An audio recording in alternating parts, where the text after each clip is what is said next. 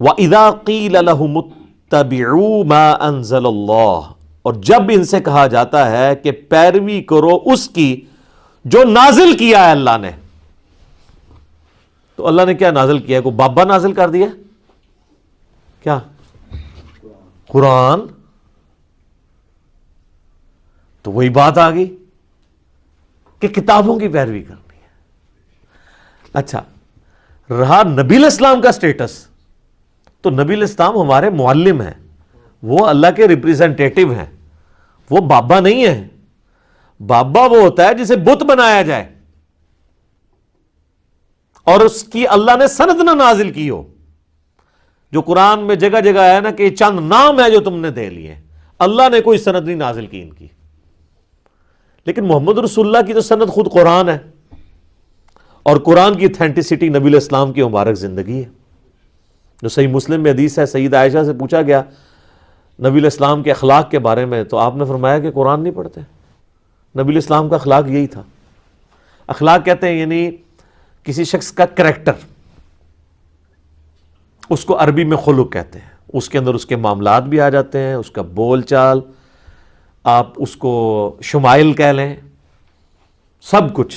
تو انہوں نے کہا نبی علیہ السلام کا اگر کسی نے کردار دیکھنا ہے نا، یعنی قرآن مجسم کسی نے دیکھنا ہے، یعنی قرآن اگر کسی جسم کی شکل میں آتا نا، اللہ کو مقصود انسان اگر کسی جسم کی فارم میں آیا ہے نا، تو وہ نبی علیہ السلام کی مبارک ذات ہے. تو جب انہیں کہا جاتا ہے کہ پیروی کرو اس کی جو اللہ نے نازل کیا ہے آسمان سے، قالوا بل نتبع ما الفینا علیہ آبانا، وہ کہتے ہیں نہیں جی ہم پیروی تو کریں گے صرف اپنے بابوں کی، جس پہ ہم نے اپنے بابوں کو پایا ہے، اپنے آباء و اجداد کو پایا ہے. یا تو آباء و اجداد خود بابے ہوں گے، یا ہمارے آباء و اجداد کسی بابے کی پیروی کر رہے ہوں گے نا. آبا باپ کے لیے لفظ استعمال ہوتا ہے نا، فور فادرز. تو فور فادرز یا خود بابے ہوں گے یا وہ خود کسی بابے کی پیروی کر رہے ہوں گے. تو سر یہ دیکھ لیں، یہ اسی آیت کا ہی ترجمہ ہے کہ اللہ کہہ رہا ہے کہ کتابوں کے خدا کو فالو کرنا ہے، بابوں کے خدا کو نہیں. اچھا، مشرکین عرب جو ہیں کیا خدا کو نہیں مانتے تھے؟ قرآن میں درجنوں جگہ آیا یہ کہ وہ اللہ کو مانتے تھے. تو پھر جب وہ کہہ رہے ہیں کہ ہم تو اس کی پیروی کریں گے جس پہ آباء و اجداد کو پایا، تو اللہ تعالیٰ کہتا ہے ٹھیک ہے بھی تیرا خدا بھی وہی ہے، ان کا خدا بھی وہی ہے، اس نبی کا بھی خدا وہی ہے، اور تمہارے آباء و اجداد کا بھی خدا وہی ہے. تو اللہ تو فرق کر رہا ہے دونوں میں. تو سر یہی تو ہم بھی آپ کو کہہ رہے ہیں کہ مرنے سے پہلے ہے مسلمان کر لے اس پہ غور، کتابوں کا خدا اور ہے بابوں کا خدا اور. اللہ تو اس کو ماننے کے لیے تیار ہی نہیں ہے. اب اللہ تعالیٰ اس پہ جو ورڈک دے رہے ہیں نا وہ سنیں. اولو کان آباؤہم لا یعقلون شیئا ولا یہتدون، اگرچہ ان کے بابے اور آباء و اجداد کسی چیز کا علم نہ رکھتے ہو، رتی برابر ان میں عقل نہ ہو، اور نہ ان میں کوئی ہدایت والا مادہ موجود ہو، نہ وہ ہدایت پر ہو، تب بھی تم اپنے بابوں کے پیچھے چلو گے. اچھا، یہ بابوں کے فضائل بیان ہو رہے ہیں.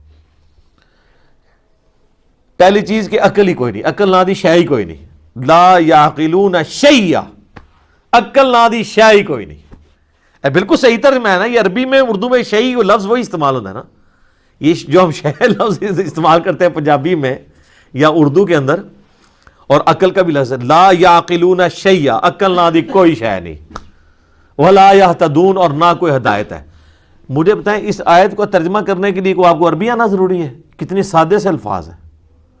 اللہ ہمارا اگر تمہارے آباء و اجداد کو رتی برابر عقل بھی نہیں ہے، ہدایت پہ بھی نہیں ہے، پھر بھی ان کے پیچھے چلنا ہے.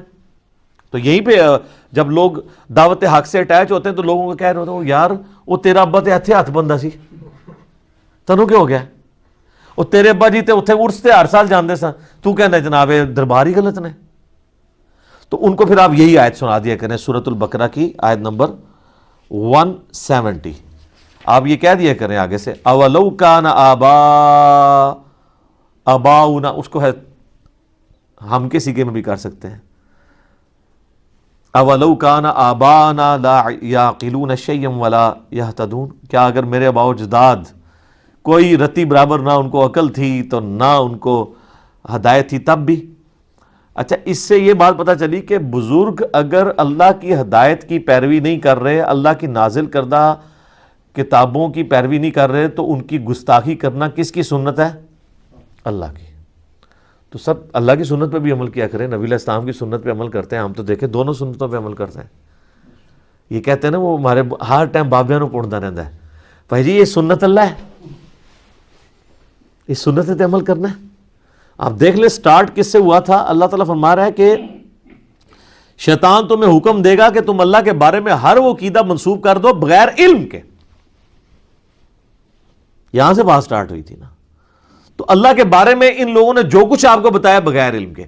اب میرا ایک معصومانہ سوال ہے کہ بخاری مسلم دونوں میں حدیث ہے، مسلم کی پہلی حدیث یہی ہے کہ مولا علی علیہ السلام کہتے ہیں کہ نبی صلی اللہ علیہ وآلہ وسلم نے فرمایا جس شخص نے میری طرف جھوٹ منسوب کیا وہ اپنا مقام دوزخ میں دیکھ لے۔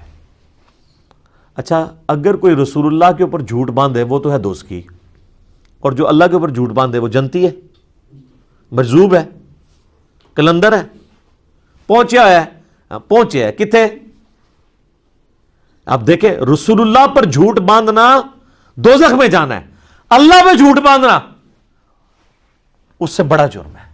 یہ آج تک کسی نے نہیں آپ کو بتایا کہ جب لوگ اللہ کے بارے میں باتیں کر رہے ہوتے ہیں انہیں جی بس میرا دل اللہ نے مضبوط میرا دل کہندا ہے، اے دلیل ہوندی جی میرا دل کہندا ہے، وہ بھائی جی ہندوؤں کا بھی دل ہی کہندا ہے، ٹھیک ہے جی، عیسائیوں کا بھی دل کہتا ہے، اور پھر وہ کہتے ہیں جی وہ فیت ہے، جی فیت کو ٹیسٹ نہیں کرنا چاہیے۔ فیت کو علم پہ تو ٹیسٹ کرنا ہے نا آپ نے، کہ آپ نے 3 خداؤں کا عقیدہ رکھنا ہے، لاجیکل بات تو ہونی چاہیے نا۔